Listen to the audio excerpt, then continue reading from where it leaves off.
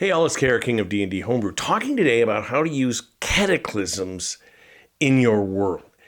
And cataclysm is any kind of disaster that strikes a large geographic area or even the entire world, such that it totally disrupts, the civilizations of the world, the fauna, the climate, just the environment by which things manage to survive. And the thing about cataclysms is they give a sense of history to your world because this is what has shaped the real world in so many ways.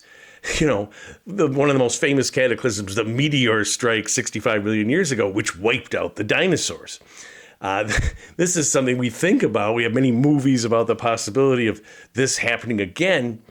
Something from the cosmos that comes in and there's almost nothing we can do about it, right? It's going to completely not just disrupt, but destroy potentially some huge percentage of all life on the planet.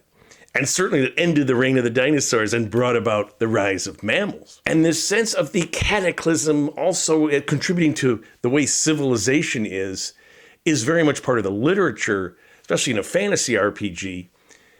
This derived, the idea that there are ages that end, that there are catastrophes that occur, there are great wars, things that result in famines and, civilizations crumbling and whatnot. All of these cataclysmic events are the dividers in the history, oftentimes, of worlds that we see in fantasy literature.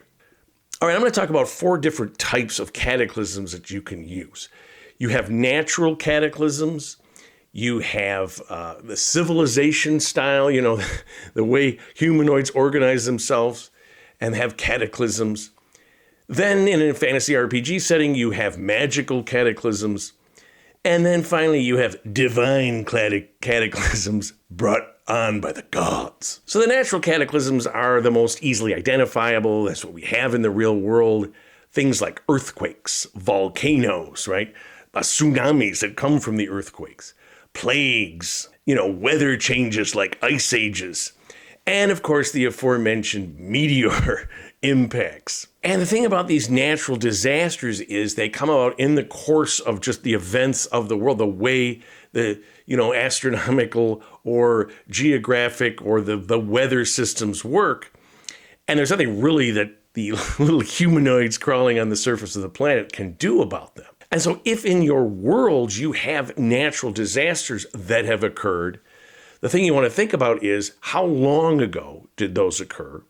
What were the impacts on the world by these? Let's say you had a meteor strike at some point in your world. That's a major thing, right? Depending on the size of it. You can have a small, sort of more isolated one, but anything large is going to affect the entire planet because not only does the impact itself, but of course the massive amounts of dust that get put into the atmosphere change the weather patterns, right? And a lot of things die off. That's what happened to the dinosaurs. So if you're going to have that in the history of your world, this is something, this great shift, this great change in the world. And again, this might be an origin story. The meteor struck, all this stuff happened, and suddenly magic powers were infused. The magic veil, right? The curtain was lifted slightly and people had magic powers, and that's how they were able to survive. So it's kind of an origin story, and oftentimes these do come out of some cataclysm because dealing with this incredible disaster that wiped out 90% of all people or something, there's going to be a significance to it. It's going to attach itself, that significance, because of what happened. So you tie that into an actual thing like the rise of magic. And it's fascinating. But it was a natural disaster. And of course, something like this you can have a whole continent or a whole city that sinks into the ocean like Atlantis, right? And this perhaps, oftentimes it's always the greatest civilization with the most technological advances, and now it's all lost. But of course, in an RPG setting, you might find Atlantis somewhere. But depending on the scale of these, oftentimes, like I said, a meteor strike in the distant past, something like because of the major impact, the world has to sort of reorganize itself. Unless you're playing in a campaign where we've just are the few isolated pockets of civilization after arising from the great, disaster, the fire from the sky. But, something like a tsunami, that might be only a few years ago. Again, an ice age that has happened and now it's retreated.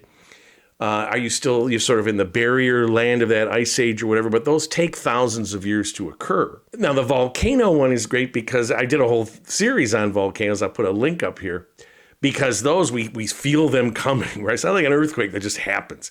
You see the steam rising, you hear the rumbling, all this stuff, and then the volcano explodes. And again, historically, Pompeii, Mount Vesuvius, erupting. You have, I think in Indonesia somewhere, a volcano in 1816 that erupted and caused a winter. There was no summer in 1816, 1817 because the crops failed and whatnot. You have climate change where I think it was the Little Ice Age. I don't know the exact dates in Europe, but it was possibly caused by some volcanic eruptions or some change in the what's the solar winds that go around or sunspots. I mean, again, people have argued what these are about, but that was a disaster. That caused famine. And of course, the famous plagues, right? The Black Death wiped out like 40% the European population. You had the plagues of Justinian. The Eastern Roman Empire had almost recaptured all of the lost territories of the West, and they were going to have sort of a new glory was going to arise. And this plague, which I think basically was like the Black Plague, arose and just wiped out areas. There were areas of abandon in Europe for centuries from this plague. So this is something that can arise naturally or, potentially in an RPG setting from the cosmos, right? The meteor lands and the little viruses come out, which we have no immunities for and wreaks havoc. All right, the next category are civilization cataclysms. Now, these can often be tied to a natural disaster. You have a plague and a society collapses, right? You have an earthquake or tsunami, this kind of thing. Certainly a meteor strike would do the same. But there are also civilization collapses that can occur internally. So the civilization reaches a level of technology like nuclear weapons and they go off, right? They send them. This is like the Planet of the Apes hypothesis, right? And so this is something where the technology wipes them out. It's not natural. It's out of the civilization, not just the technology, but their inability to control themselves. And obviously the post-apocalyptic stuff that we see constantly, movies and books and whatnot, are all based on the idea that the civilization collapsed. Again, it doesn't have to be nuclear war. It might be a plague that was created in a lab or something. It can also just be the political system collapsed as such, the financial system, whatever. People lost belief in it and started to separate themselves into small units that then couldn't sustain a grid of a network and blah, blah, blah. All that kind of stuff. The civilization collapses, and this is a catastrophe. Because just try living off the grid sometimes. It's a lot of work, right? And to protect yourself, right? And the roving bands, this is where the worst instincts of humanoids arise when civilization collapses. So this is a true catastrophe. And yes, it can come from a natural one, but it can come from within as well. And the stories that you develop of why these catastrophes occurred can be tied into the current history of your world. Again, is it still suffering the after effects of this? Are there just isolated settlements because civilization collapsed?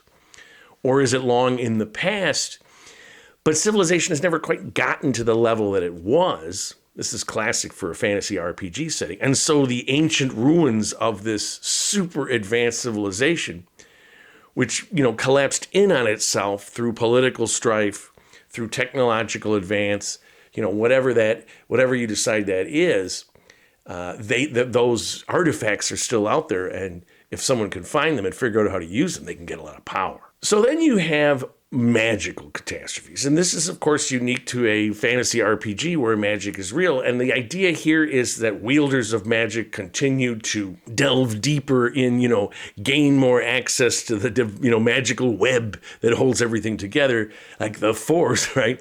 And because they are humanoids who are inherently greedy and cruel and whatnot, they began to use it in ways it shouldn't have been. And there was some kind of a disaster.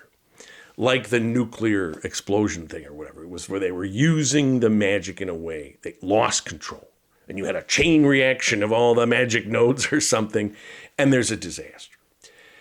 And this acts in many ways like a natural disaster, like a meteor strike, let's say, except the after effects are much more directly magical, in which you have areas of the world, perhaps, where magic operates differently than in the traditional areas where the players start off using the standard rules of whatever system you're using. So you have these, areas of the great catastrophe, right? And it's taken, again, this is usually in the past, the distant past, where it's taken centuries for civilization to rise up again, and these areas of stability are there, but there's still some fringe areas, in remote areas of the world where the catastrophe, the after effects are still felt. So magical ones are interesting because magic is such a big part of, items and things that the players want to use, magic items and whatnot. And so when you have this catastrophic thing, are there areas where they are magnified? Are there artifacts, the ones that helped cause this catastrophe out there, the remnants of the civilization?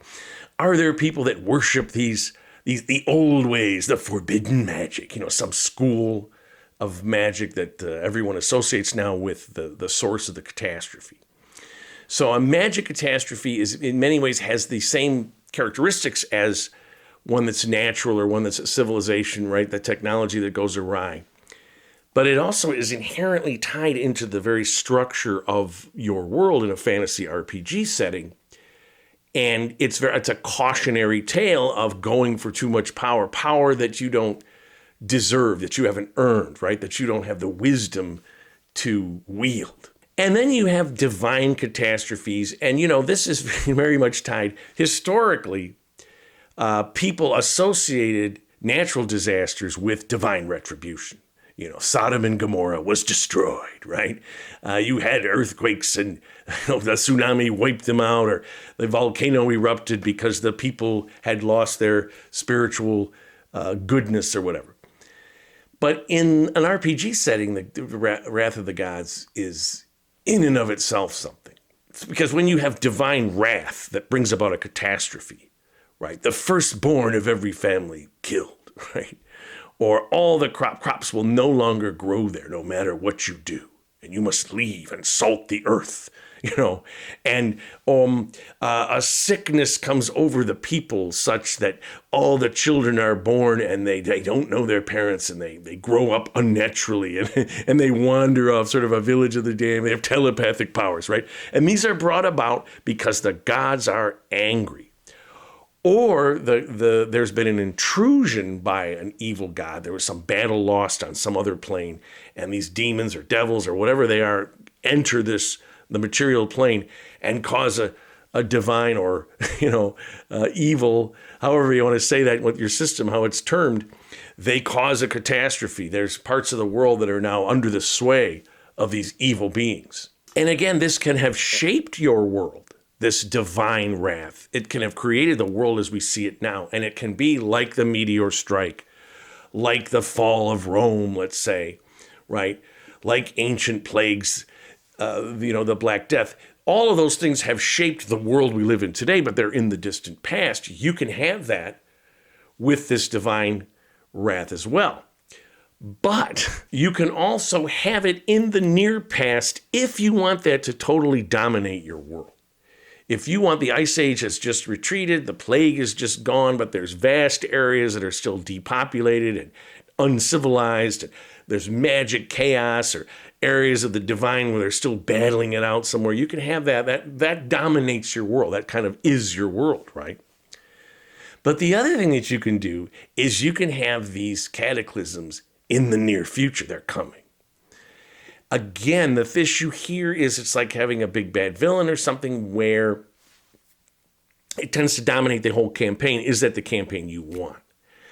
You can have a volcanic eruption in an area and the players can go, and of course the volcanoes, you have elemental gods, elemental beings. Again, in my volcano episodes, I talked about those, such that the players can try to appease the gods or do something so that they can prevent this from happening, prevent a massive earthquake then and tsunami and all that stuff, an isolated area.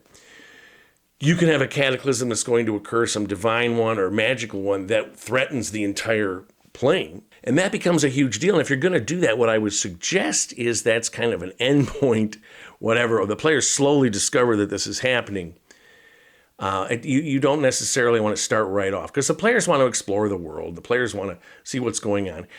And it's much better if you could have shaped the world through cataclysms that occurred 10,000 years ago or 1,000 or however the time span. That's easier to deal with. Things have calmed down, as opposed to, as I said, if it's recent, then that becomes a much more present thing, present every day as you look around.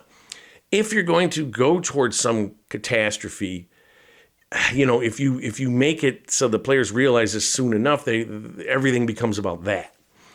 And that may or may not be what you want to do. I have had situations develop in worlds that I've created where there's this catastrophe that's happening.